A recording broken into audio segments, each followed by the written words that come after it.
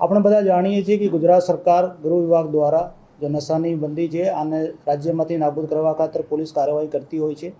આ જ કડીમાં અમદાવાદ શહેર પોલીસ પણ સમયાંતરે વારંવાર એનડીપીએસની જે પ્રવૃત્તિને નાબૂદ કરવા ખાતર કેસો કરતી હોય છે।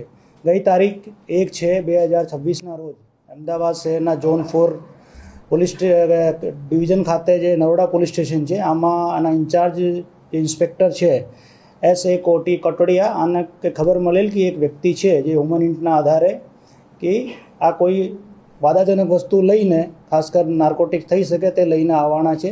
પોલીસ દ્વારા યોગ્ય આ વિસ્તારમાં વાચ ગોઠવી નાના ચિલોડા સર્કલ પાસે આ વ્યક્તિને રોકી ઓર એનડીપીએસના એક્ટની જે એક્ટના પ્રોવિઝન છે આના અકોર્ડિંગ કાર્યવાહી કરતા આ વ્યક્તિ જેનું નામ મોહમ્મદ સાજિદ મોહમ્મદ ઉસ્માન શેખ ઉંમર 48 યર્સ રહેવાસી ગિલવિટ હિલ્સ ચોકી યુનુસભાઈની ચાલી અંધેરી વેસ્ટ મુંબઈ મહારાષ્ટ્રના છે। આને રાઉન્ડ અપ કરી પૂછતાછ કરતાં આ વ્યક્તિ પાસેથી 7 કિલો ઓર 84 ગ્રામ જેટલો મેથામેફાઇન મળેલ છે જેની કિંમત આશરે 14,16,80,000 જેટલી છે। આ સાથે આ વ્યક્તિ પાસેથી 9,820 રૂપિયા રોકડ પણ મળેલ છે। પ્રાથમિક પૂછતાછમાં આ સિદ્ધ થયેલ છે આ વ્યક્તિએ આજે એનડીપીએસનો મુદ્દામાલ છે આ જયપુર ખાતેથી લઈને આવેલ છે અને લઈને મહારાષ્ટ્ર જવાના હતા।